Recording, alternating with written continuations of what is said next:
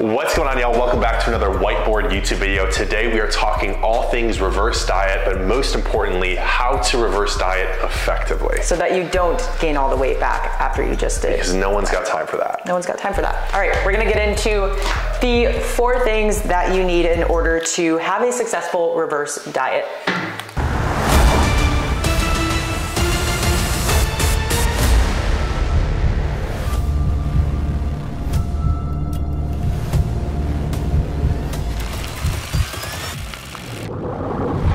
So Audrey obviously has a much better penmanship than I do. So number 1, we are going to establish our starting point, okay? So if you're somebody who has been dieting for extended periods of time, maybe you got those 20 pounds off, those 30 pounds off, those 40 pounds off, or if you're somebody who's extended over multiple months or multiple years and you're kind of plateaued and you're still eating lower calorie, that is gonna be your starting point. So whether that is 1,500 calories, 1,700 calories, 1,200 calories, 800 calories, wherever the heck you are, that is going to be where your starting point is when you begin your reverse diet. And if you have tried a lot of different calculators like macro calculators and it spits out a ton of different numbers, it's because it doesn't actually know your true starting point. So in order to be as accurate as possible, the best thing that you can do is just track your food for a week, stay as consistent as possible, and try and guess as much as possible all of your different portion sizes and see what your average is for 1 to 2 weeks, and that's the best way to know where your true maintenance calories currently are. Number 2 here is going to be to slowly titrate your calories up. So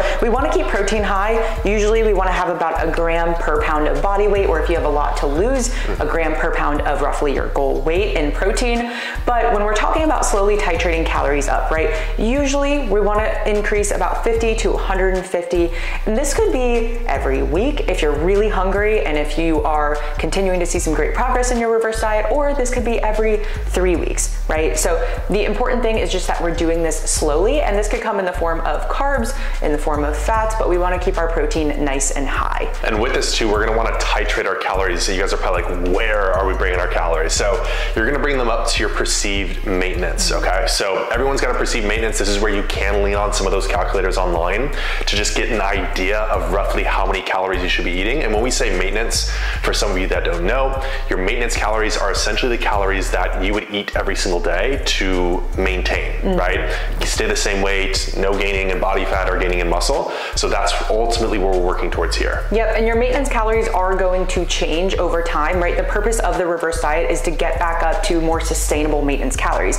When you are in a dieting phase, your metabolism slows down and your maintenance calories are a little bit lower. So we want to restore our true maintenance calories and a little bit of a healthier, more sustainable place. So number 3, while Audrey is finishing that up, is going to be train like an absolute beast, okay? So this means you are going into the gym and you are training with intention and you are training ultimately with intensity, okay? So that means week after week, or every 2 weeks, every 3 weeks, you are trying to do an extra rep. You're trying to add more weight to the bar with the movements that you're doing so you can start to build muscle. Notice through the reverse diet, as we are starting to bring calories up, you're giving your body more fuel. When we have more fuel in the tank, we can start to push more, we can start to be more intense with our workouts, and that's going to actually allow you to start to build lean muscle tissue. Because when we're dieting, you're pulling food down, As beginners, you can build a little bit of muscle, but over time, you're going to start to, that rate of muscle building is going to slow down and come to a halt. So when we do start to bring food up, it's going to allow you to build and grow. And then many times you actually can tap into muscle if you are doing an aggressive diet or if you've been dieting for a long period of time.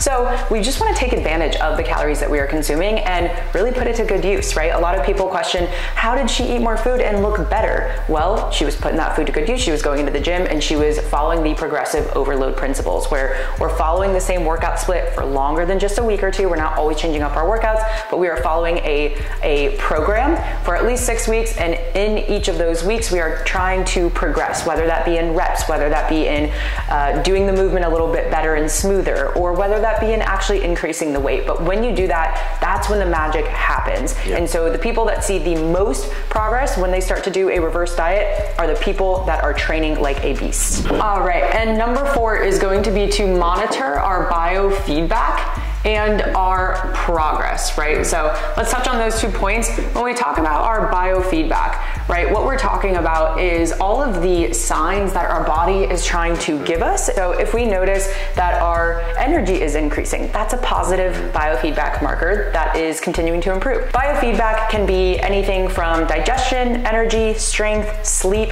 even your mood. So basically, how are we feeling? What is our body trying to tell us, right? Our body is always trying to tell us things. And when we cue into this a little bit more, when we hone in a little bit more and we just listen, you can actually have a good idea of the progress you are making, not just on the outside, but what's going on the inside. Exactly. And with biofeedback as well too, you're going to be monitoring as well your hunger, okay? So as we are bringing food up, a lot of people are like, should I be bringing my food up every day? Should it be every week? Should it be every 2 weeks?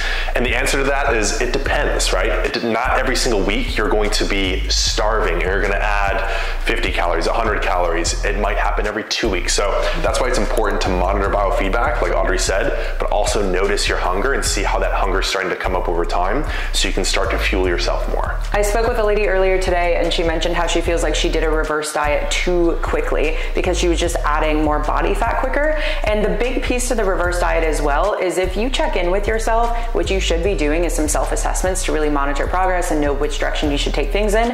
If you say, okay, I wasn't very consistent, you know, maybe on the weekend I splurged a little bit, I definitely went over my calories, maybe I was snacking a little bit more at night, really be honest with yourself because it's probably a good sign that you should stay where you are at and really monitor, okay, what does my body actually do? How do I actually feel when I'm truly consistent at this calorie intake, not just when I'm being lackadaisical, right? Then with the hunger piece as well, if you're super consistent and you've truly hit your macros and your calorie targets for the week and you are starving, you're probably still in a little bit of a deficit, right? Because when we're in a calorie deficit, one of the biofeedback markers is going to be that our hunger comes up. So when we are in a reverse diet, we could still not be quite at our maintenance, right? Or our maintenance is starting to increase a little bit more. And so we notice that we're hungry, and that can be a good sign to go ahead and give yourself a little bit more food. 100%. And then last little point here on progress. So as we are going through a reverse diet, we know we are bringing food up over time. You know, a lot of people, a lot of you guys are probably like, am I going to put on all this body fat? Am I going to gain all this weight? And odds are you more than likely might not see any weight change at all, right? That's why it's important to, Audrey put it there already, take some progress photos, right? Really compare your body, how it's changing on a weekly basis, some side-by-sides. That way you know, it's very easy to go through these processes of reverse dieting and feel like you're going crazy because you feel like you're not seeing any progress. You want to maybe lose more body fat or whatever that is, but just make sure we are taking some progress photos there. Yeah, super important. Because if you do feel like you are only going off of the scale and the scale is continuing to creep up, you might feel like you're doing something wrong or that you are going backwards. But in reality, a lot of times we can look at our side-by-sides and be like, oh wait, I've actually made some really good progress. So make sure that you have other tools of measuring your progress and really honing in on, you know what, my energy is going up. You know what, I am feeling significantly better. I do have more food freedom. I'm not so restricted by what I can eat and when I go out with friends, right? So those are some really big wins to hone in on in a reverse diet, because a reverse diet, truthfully, especially for a lot of women, if you've been dieting for a really long period of time, this can be one of the hardest things that we can do mentally. But in order to get to a place you've never been, you have to be willing to do something you've never done. And for many of you ladies, it is trusting the process of eating more food and fueling your body correctly. And after you do a reverse diet, it doesn't mean that we have to stay there forever, although maintaining for a while is totally cool too. But if you do still have a lot of weight to lose and you're not quite where you want to be, go ahead and stay in that reverse diet from anywhere from 3 to 5 months. And a good rule of thumb is you at least want to reverse diet for as long as you did a diet at a minimum, right? But this is usually a good rule of thumb. And then you can always revisit a dieting phase in the future. But now we're starting with healthier maintenance calories, and we have preserved all of the progress that we have just worked so hard for. Amazing. So if you guys enjoyed this video, let us know down below. Drop us a comment, drop us a like, subscribe, and we will see you guys in the next Whiteboard YouTube video. Bye guys. Peace.